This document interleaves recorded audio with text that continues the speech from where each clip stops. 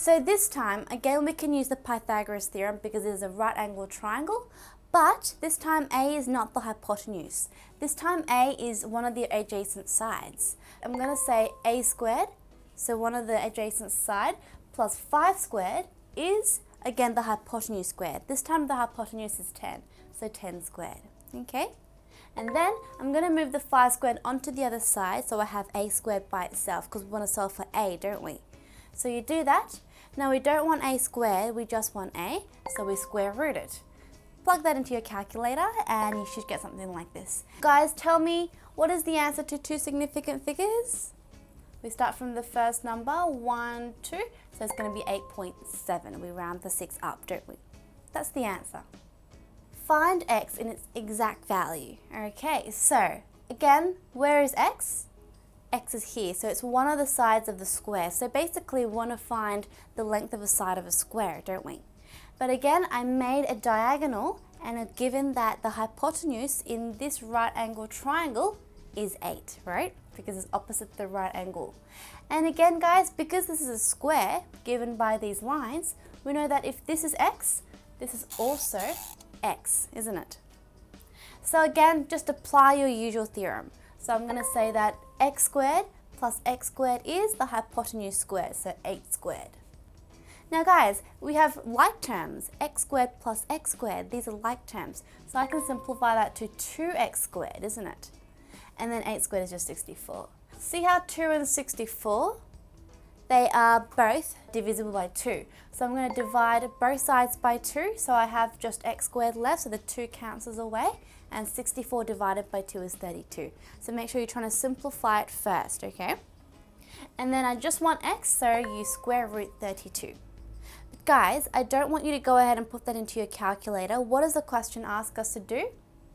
Find x in its exact value. What is exact value? Well, if you plug it into your calculator and you round it to some decimal place or significant figure, it's not going to be exact. It's going to be a rounded up version, but it's not going to be an exact form. This time you don't put it in your calculator, but all you need to do is simplify this third. So it's going to be, you know that 32 is 16 times 2, isn't it? And 16 is a square number. What's root 16? It's going to be 4. So you take the 4 outside and just the root 2 is left for the third. Okay, so that's how you leave it in exact value, and make sure it's simplest exact value all the time. So don't leave it as root 32, make it 4 root 2 as your simplest form. Find x correcting to two significant figures.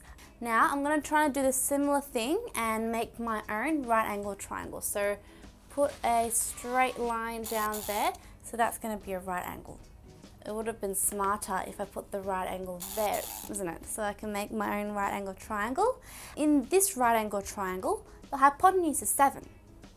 And this line, this length here is same as this length, so this is also going to be x. And guys, I think you can tell me what this length is going to be, this length. Because this whole length is 9 and that length is 6, this is going to be 9 minus 6, which is 3. So we've got everything. So again, let's apply our Pythagoras theorem. Our x squared plus 3 squared, so the two adjacent sides squared and added together must be equal to the hypotenuse squared, so 7 squared. I'm going to move my 3 squared onto the other side, so I have x by itself, and I just want x, so square root. And plug it into your calculator to get this. Two significant figures, just 6.3. Easy stuff. As long as you get the first bit of information, everything else is a little bit of algebra and using your calculator. So hopefully you're getting the idea of this now. Okay, our shapes are getting more complex, isn't it? But as long as you can identify the right angle triangle, nothing's going to be difficult. So have a look. We've got a circle, and you can see that this triangle here that passes the origin, the center of the circle, that's the center. It's a right angle triangle. See how there's a right angle there? So this is a right angle triangle. X, that's one of the adjacent sides, and we've got 8 as the other side, but we don't have the hypotenuse. How do we find the hypotenuse? Well, it's given that from the center to the circumference, that length there is 5. What does that indicate? What do you think that indicates, guys? From the center to the circumference, that length is basically the radius, isn't it? The radius of a circle. Guys, in any circle, if there's a circle and that's the center, if that's the radius, these are all radiuses, isn't it? These are all the radiuses in a circle. There's millions of radiuses. I'm going to try and use the same kind of idea in this one. If the radius of this is 5, this must also be 5, isn't it? Because it's the radius. And this must also be 5, yeah? So in total, the diameter is this length here, which is 5 plus 5, which is 10. So the diameter is 10, which is basically the hypotenuse of that right angle triangle. So I've got the hypotenuse. So let's go and use it. X squared plus 8 squared is the hypotenuse 10 squared. That's all I did, okay? Bit of algebra, move the 8 squared over, square root it to get x, put it into your calculator, you should get 6, okay? You don't really need to use your calculator in this one, as if you can simplify that one. It should be root 36. So we've got just 6. Okay, how simple was that? As long as you know that in a circle, all the radiuses are equal, and you can draw up many different radiuses, you can answer this question very, very easily.